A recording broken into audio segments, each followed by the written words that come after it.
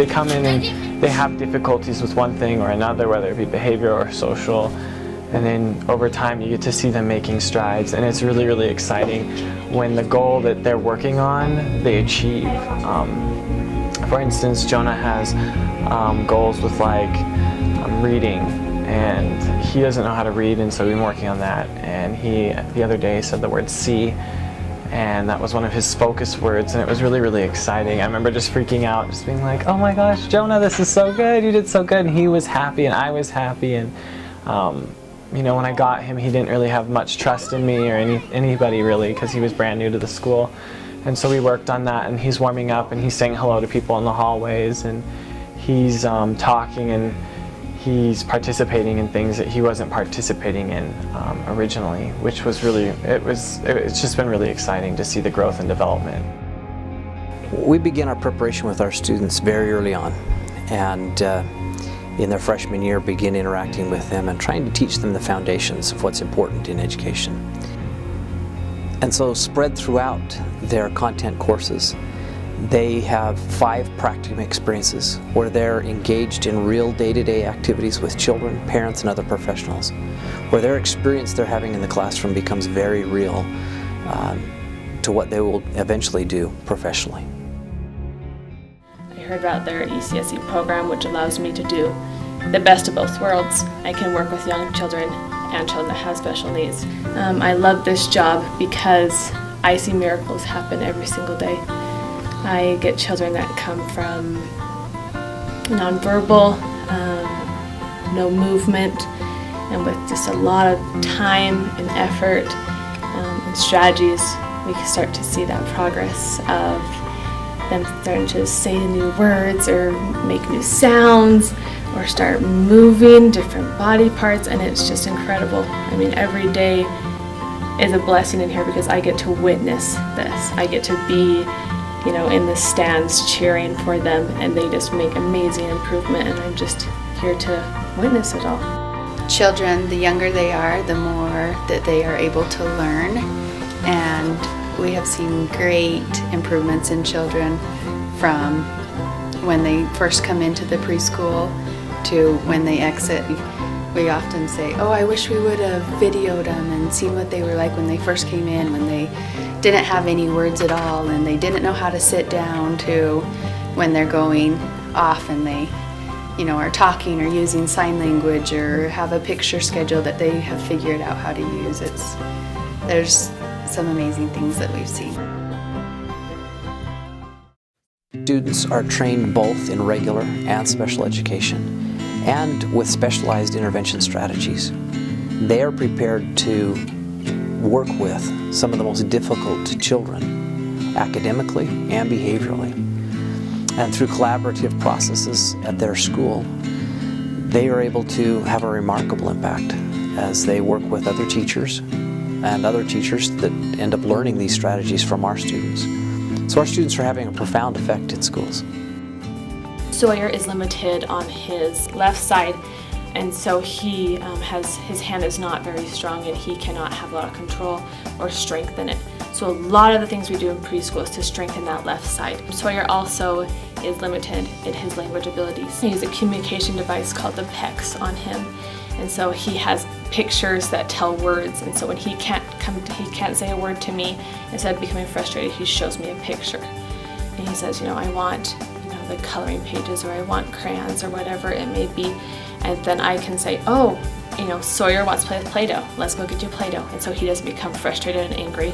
Another thing with Sawyer is they're just trying to build him socially to play with his peers by playing appropriately, not running up and grabbing a toy or pushing him down, just to play alongside a peer, contribute into play, and play safe.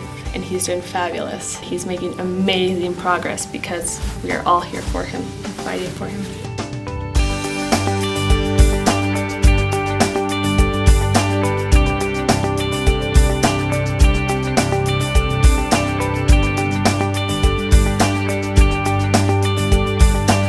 Parents do have a difficult time accepting the fact that their children do have a disability. That is a hard pill to swallow. for parents. You don't dream as a little child that you hope you grow up someday and have a disabled child. I don't know anybody who had that dream. And so it is a little bit of a dream-shattering experience when you have a child that's born with difficulties and you want everyone to accept them and love them as much as you do. In special education, the early childhood teachers especially kind of have a special place in their heart for those children that struggle, and they work really, really hard to make sure that they're loved and accepted, and that we find their strengths and we pull them out and we celebrate them and we accentuate them every single time we can, and we try to minimize those weaknesses and we try to help them overcome them so that they love school. Early childhood special ed, well, the certificate represents training that allows our students to serve what would be considered early childhood. So in some states that's just ages 3 to 5, in other states it's birth to 5,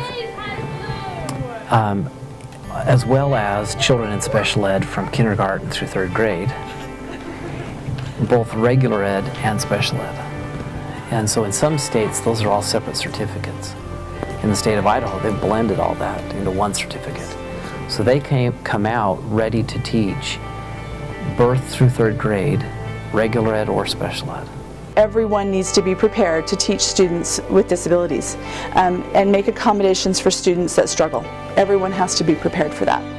And so the more classes that teachers can take in an undergrad program, the more prepared they will be to deal with students that have mild to moderate disabilities, and those are going to be in your class in sometimes very vast numbers.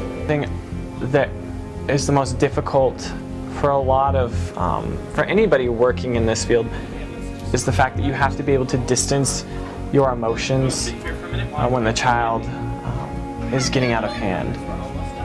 Jonah will escalate very, very quickly when he doesn't get his way, or when he's tired or he's hungry, and he'll start crying and he'll start screaming and he will start just throwing a temper tantrum. And it can be very, very stressful, especially since Jonah's he's a very big 2nd grader. And he's very, very physical in everything he does. He doesn't really know how to express himself, so the only way he knows how to express himself is through being physical, and sometimes that can either mean pulling your shirt or scratching or, punching something. If I were to go and tell someone why to choose this degree, I would tell them that it's not just you love kids or you like kids, it's you love kids and you want them to succeed in so many different ways. And you need to be able to reach them so that they don't hate school, because school for them is hard and it's every day they have to struggle through school. And if you don't like to do something, typically you just don't do it. You think, yeah, I don't like to bowl, I just won't go bowling. No big deal, my life will be happy. Well, school's not an option. If you don't like to read, you don't like to write, you don't like to do math, you still have to get up every day and come to school. And the school expects you to have a good attitude about that. That's a difficult thing to do. So as a teacher, you really need to have as much experience with all the disabilities as possible so you can make school a positive experience for kids. You get to change a life. And that's what teaching is all about, and that's what even more so special education is all about, is you are giving these kids the skill sets that they need to become successful in a world that kind of doesn't know if they can be successful. And I think that's the most exciting part, is that you get to change a life. You get to mold and shape someone into being the type of human being that wasn't easy for them to be at the beginning, that was always had the potential to be there. So it's almost like digging for diamonds. And you get to dig for diamonds every day with these children. There are so many kids out there who need teachers like us and need to know that they are loved and that they're wanted and needed. Are you ready to have an early childhood professional at your school?